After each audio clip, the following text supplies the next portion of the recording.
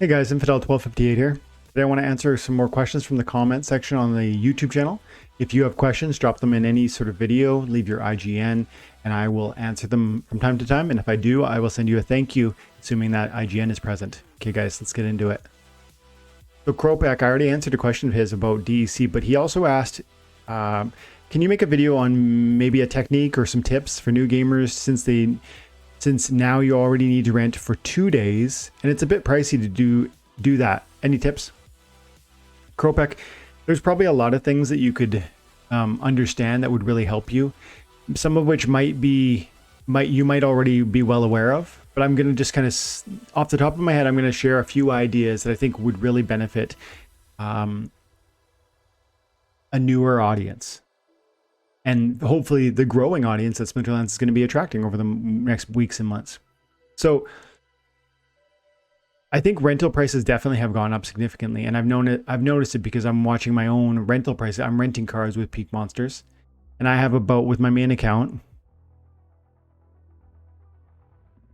I have I'm about $50,000 worth of cards, and I'm renting them for about 32,000 DEC a day. So on July 12th, we're up around 32,000 DEC rental costs for my main account. 25, 16, 15, 14, 19, 21, 21, 24, 25, 22. And as you can see, 28 yesterday and 32 today, I think. So the prices of cards have definitely been going up. So it's a fair question. Like, what do we do? How do we help ourselves here? I think there's a couple things that you can really look at doing. And one of them is just being very discerning with how you manage the rental market.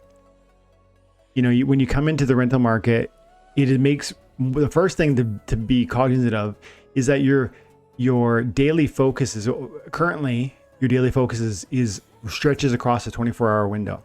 And so if you play Splinterlands on a day where you really only have half an hour to play, it doesn't make a lot of sense to be spending a bunch of money on rentals. You're not going to maximize the utility of those cards, and you're not going to necessarily extract the most dark energy crystals or SPS or cards through that play session.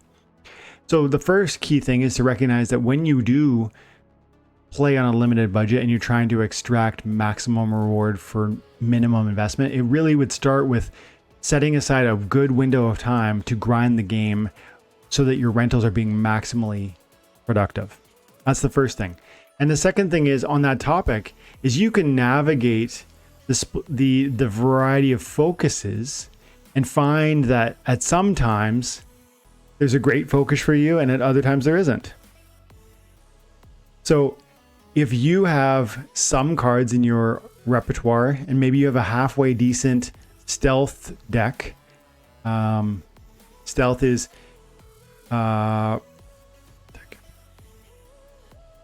sneak, snipe, or opportunity, then like you have some good monsters within that realm, then great. When you draw the stealth focus, schedule a good play session where you can grind your account with rentals, rent your cards, and schedule a day where you can play probably 2-3 hours, maybe 4, depends on how slow you play.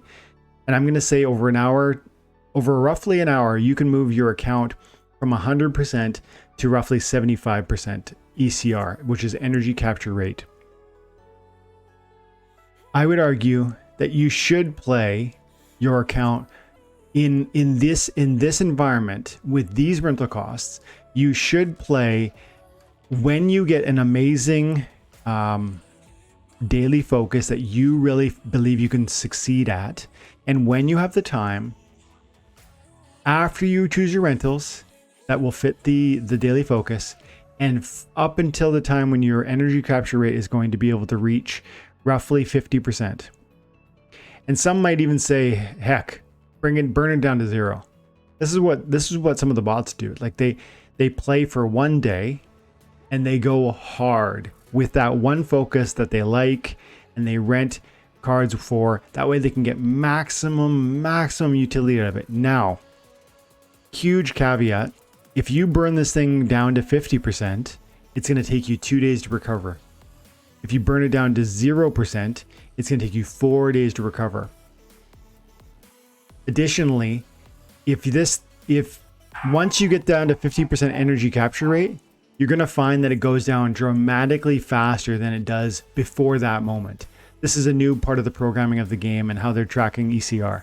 So it's going to burn down to 50 after probably 2 hours, but that second 50 is going to be gone like that. But I still say though, if you're really trying to stretch your investment and maximize the reward, burn it to 0 and come back in 4 days and see what daily reward you've got, what daily focus you've got. And if you need to, you get one chance of resetting it. So that's the play. Those are the best tips I can give you for really stretching that investment dollar. The cost of rental cards is really, really low for considering what you're getting out of this game from the cryptocurrency rewards, the non-fungible tokens, the potential to play in tournaments, which can be really financially rewarding. That's the other thing. If you're going to be trying to stretch your investment dollar, getting involved in a tournament is another way to put those same cards to work outside of ranked battle play that can pay you for your time and attention. And so I think that's what is that, 3 or 4 key things? It's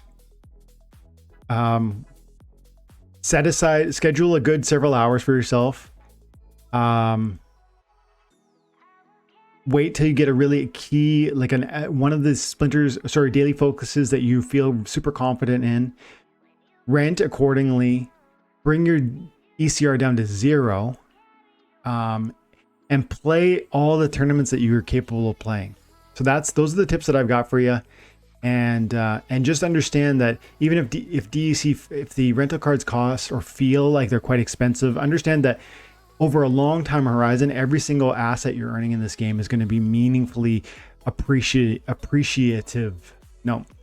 going to appreciate in a meaningful manner, because they are limited in number and deflationary in nature. That's my thesis, because I believe the game is both fun and has a future. If you disagree that either you say it's not fun or you think it doesn't have a future, then you probably should take all of this recommendation and throw it out the window. But I personally feel super strong that this game has an amazing future, because I like the trajectory and the implications and the plans and the transparency offered by the development team. And so I'm super confident, and I'm actively investing and playing because of that. And I think it makes sense if you do too, for that reason. So thanks for the question. I'll send you a little thank you. Okay, guys, have an amazing day. God bless.